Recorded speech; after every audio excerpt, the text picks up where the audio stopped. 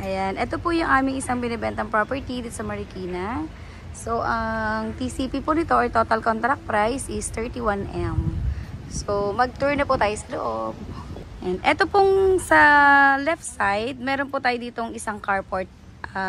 Para sa halimbawa, yung may mga daily use ka na car. So, ito po, pwede nyo po ditong i-park. And then, yung the rest po, kung marami po kayong sasakyan, 4 po yung kasya sa loob. So, yung 4 carport po dito sa loob, pwedeng 2 Hilux at saka isang van kasya sa magkasunod. I mean, basta 4 po kasya. Malawak po yung carport po natin.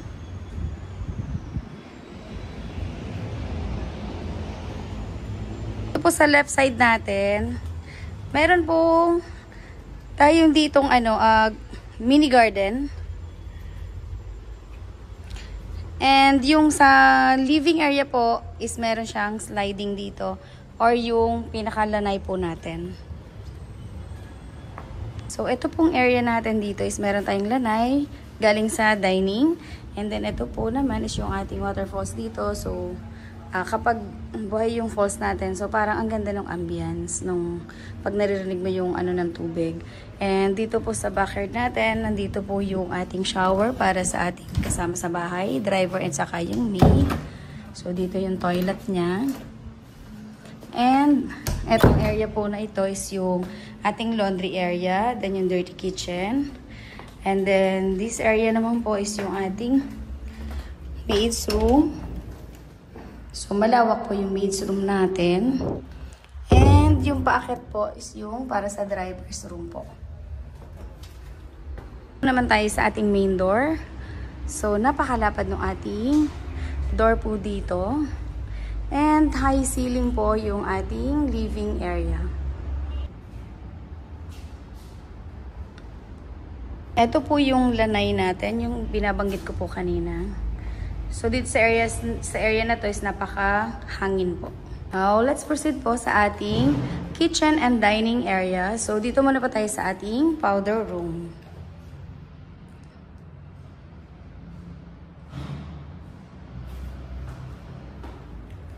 And yung ating pong kitchen, meron tayong island counter po dito. And ito po, meron tayong itong cabinet po na naka-hide, pwede po dito yung ating mga condiments. And then yung built-in cabinet natin, upper and lower cabinet, kompleto na po. And yung ating space para sa ating refrigerator.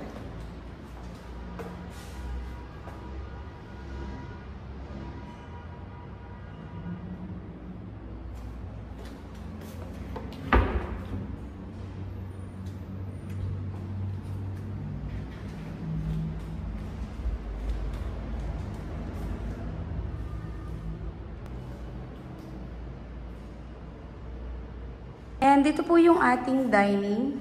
So ito po may nakalagay naman po na dining table dito. So ang fit po dito is 8-seater po. And dito po yung kanina is ito naman po yung ating lanay, yung ating sliding door para po pag na-open po natin to is mahangin po dito sa loob.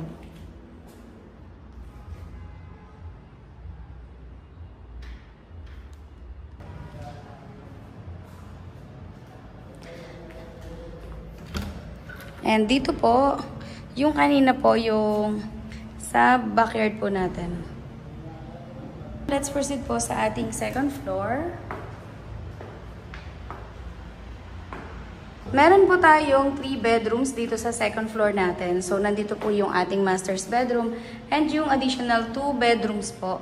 And meron po tayong space para po dito. So, depende po sa inyo kung ano yung pwede nyo mailagay dyan.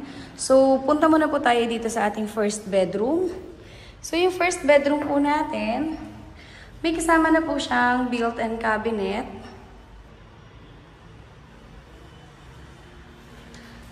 May sarili din po siyang toilet and bath.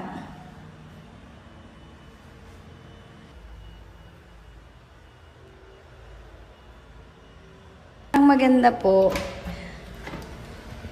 meron siyang mini balcony. So kapag naka-open po itong area na to, sobrang malamig siya, lalo na kung nakabukas po yung bintana. And dito naman po tayo sa ating second bedroom. So yung second bedroom po natin, meron din siyang sariling toilet and bath po. May nakaabang na po para sa ating window type na aircon. And ito po yung toilet and bath niya. Yung built-in cabinet niya po, nandito din sa loob.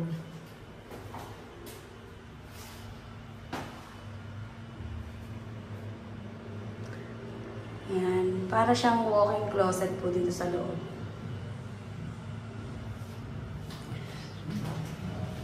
Oh, let's proceed sa ating master's bedroom. So, yung master's bedroom po natin, napakalawak po niya at meron siyang sariling balcony. So, dito po sa area na to, napakahangin, malamig. Ayan, kung napapansin niyo po yung mga puno, ayan, napakalawak po nito. Malamig po sa area na to.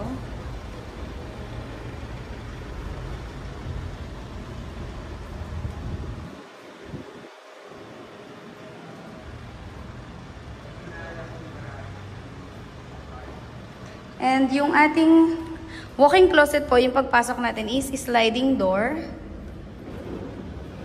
And dito po pagpasok natin, so ang dami po nung cabinets niya. Pwede ka maglagay ng shoes, bag, depende po sa inyo. And dito po sa right side ko, ito naman po yung para sa mga clothes po.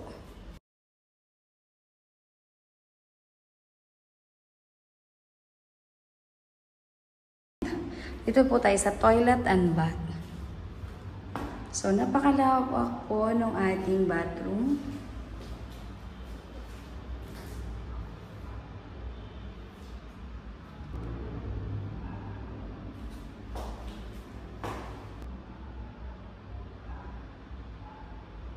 Dito naman po tayo sa ating third floor. So, sa third floor po natin, meron tayo ditong open deck po. At meron din po tayong 2 bedrooms po dito.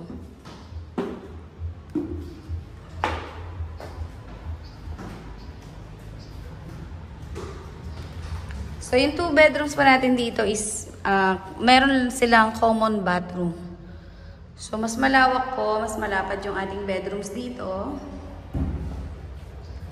Ito naman yung isa. So, ang total po ng bedrooms natin ay 5 bedrooms po lahat.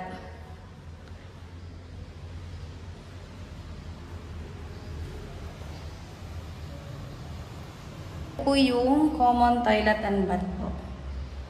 Para dun sa 2 bedrooms po natin. Then, punta po tayo dito sa balcony. Para siyang kasi sobrang lapad niya. Parang, roof deck din siya. Ayan.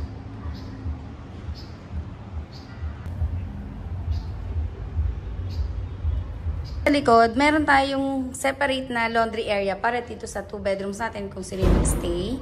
And meron din tayong storage area po dito. Now, let's proceed po sa ating pinaka-roof deck, yung overlooking 360-degree view. And eto na po yung 360-degree view natin na roof deck. So, kita natin ang Ortigas, Manila, Quezon City. And yung dito sa may right side ko, eto po yung Timberland. So, napakaganda, napakahangin po dito sa taas na to. Ang lawak. Sobrang ganda po.